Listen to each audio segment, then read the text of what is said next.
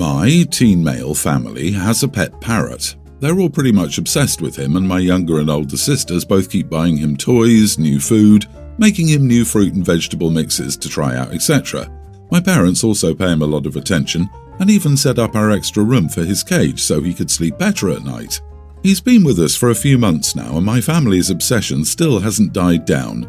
I've been mostly indifferent since I'm not the biggest fan of animals, and my parents keep him away from my room. Luckily for me, he doesn't like me anyway, so it's even easier to avoid him flying to my shoulder or anything like that.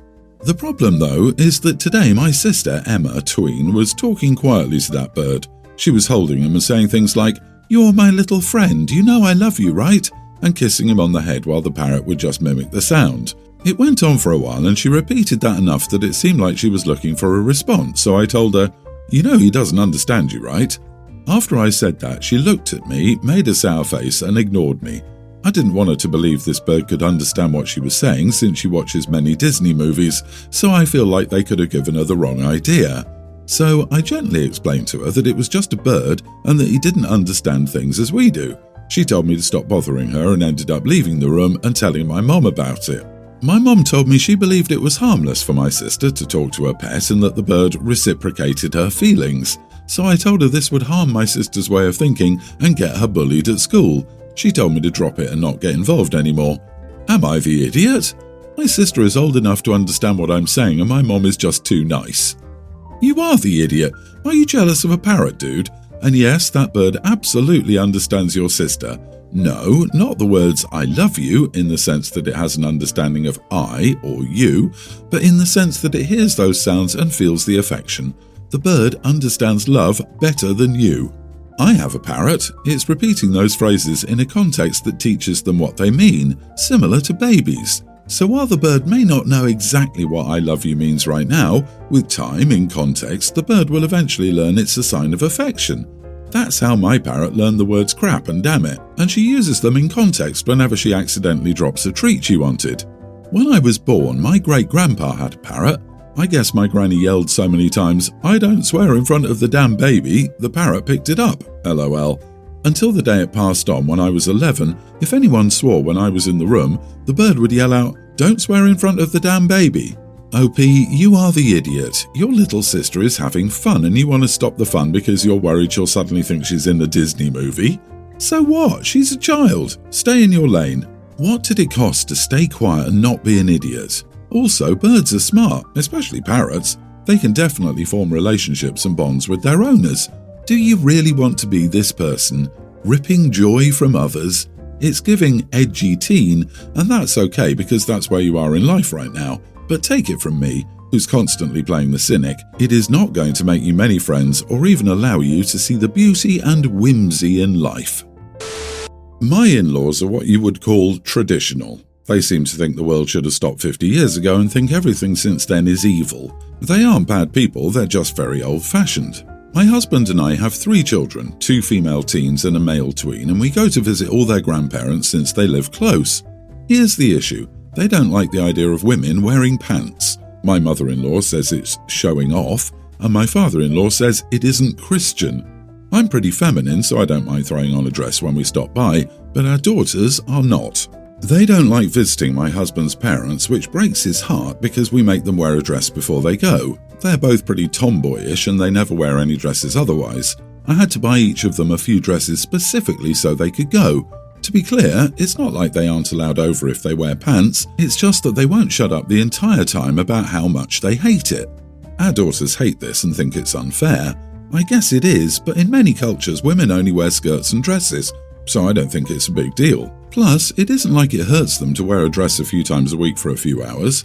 The issue is our oldest is planning to never speak to her grandparents again after she's 18, and I'm worried it's affecting them. Am I the idiot for making my daughters wear dresses? My mother-in-law says it's showing off, and my father-in-law always says it isn't Christian.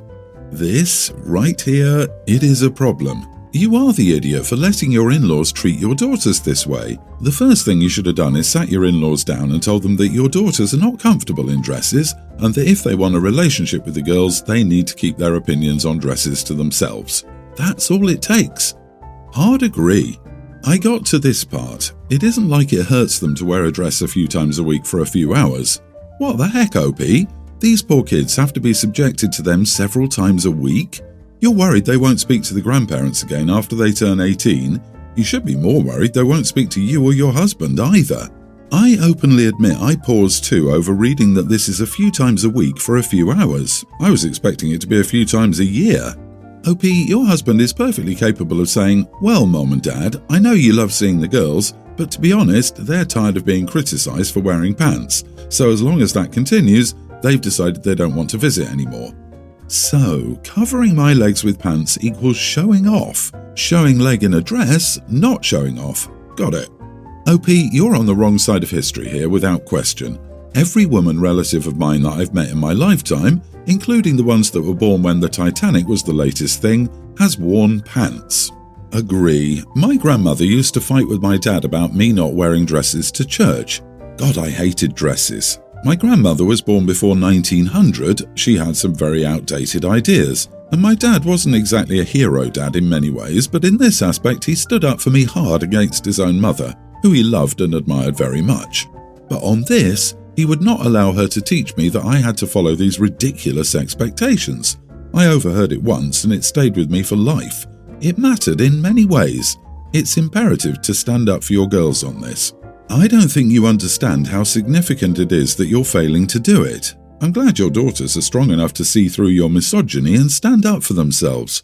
So sad their own mother won't, but at least they're likely to have each other's backs. So I, 34 female, got married a year ago to who we'll call Ryan, 44 male.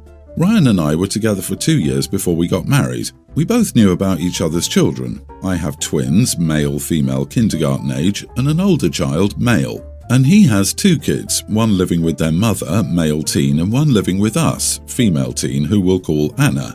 Anna came to live with us because she no longer wanted to deal with her mother. I don't know what happened there. I don't expect her to tell me any more than that. Her father and I discussed the situation, and I didn't tell her what to do or treat her as my own child.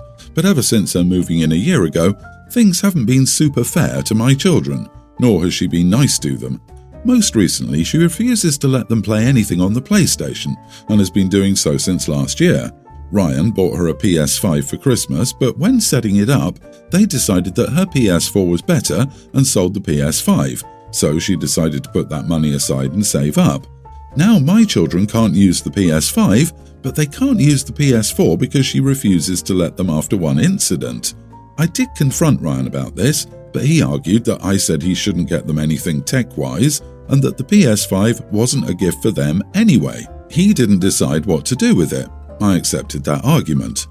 Now, I've been asking her to be nice and let my kids have a turn on the PS4 when she's not using it, which she doesn't do much. She only plays for an hour after school on Wednesdays, weekends, and whenever she has a friend over. She said no time and time again. A few of those times her reasoning changed from, "What if it happens again?" to, "My PlayStation's in my room, I don't want them in there," to, "If they really want to play, you should buy them their own." And while that sounds like a great solution, I think there are better options than buying a whole new one when there's already one they can use. So I asked her father about it, and he said that I needed her permission since it was a gift to her and her things aren't his to have a say over. So after trying time and time again, I gave up. But then she and her girlfriend went out yesterday to get coffee and buy some books. She wasn't here, so I thought it would be fine to let my kids play since they couldn't bother her since she wasn't even in her room, and my kid swore he wouldn't do what he did last time. So it was going great until 4 p.m. and I heard my kids crying and screaming. I went upstairs to check, and sure enough, Anna threw them out and was yelling at them. I told her to talk to them calmly, then she screamed at me. Nothing happened this time and nothing was broken. I personally think she overreacted, but Ryan still hasn't talked to me and neither has Anna. My friends agree with me though, but now I'm not so sure. Am I the idiot? You are the idiot. I speak as a former step-parent and stepchild. You crossed major boundaries by letting them in her room without permission. It's her room and her game system. She doesn't have to share, and especially not with small children. Buy them their own system and respect your stepdaughter's space and possessions. From the sounds of it, your kids did break something last time and she doesn't want them breaking it again. Also, you let your underage kids into a teenage girl's bedroom, her safe space, and you wonder why she freaked out at you? All you're doing is demonstrating how little respect you have for this poor girl by constantly choosing your kids over her and making her feel like a second-class citizen in her own home. It sounds like she already had a strained relationship with her mom. Now you're turning yourself into the wicked stepmother as well. Yep, it sounds like you expect her not to be allowed to have boundaries and expect her to give your kids anything of hers to make them happy. Your husband should be on his kids' side, and I'm glad he is. You're an idiot to her, and no wonder she was upset. That's her room, and you think your kids get free reign over her things? I hope he leaves you, as you've shown you don't care about his daughter at all. Also, what games do you think it's appropriate for a young child to play in the first place if the teen stepdaughter doesn't have any kid-friendly games? Are you even monitoring what your kids are playing? There's a very big age gap between the kids, and if she's anything like I was, I had very intense games in my teens, and not something I'd let a closer to a toddler than a teenage child play. My female 27 sister 28 and I sometimes attend these dinner parties with our old family friends. My sister also loves to insert snarky remarks about my financial status.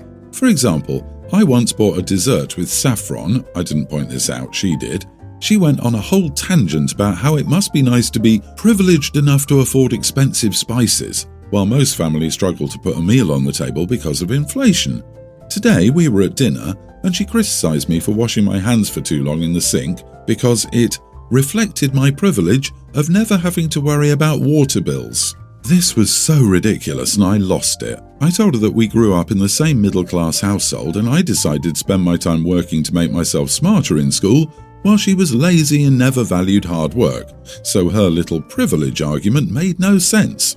I said the reason I'm better off than her today is that I built my own career rather than trying to find the next somewhat rich guy to mooch off of for 3 months and then get dumped by. She was taken aback and started crying and screaming at me, and I just went home to avoid escalating the situation.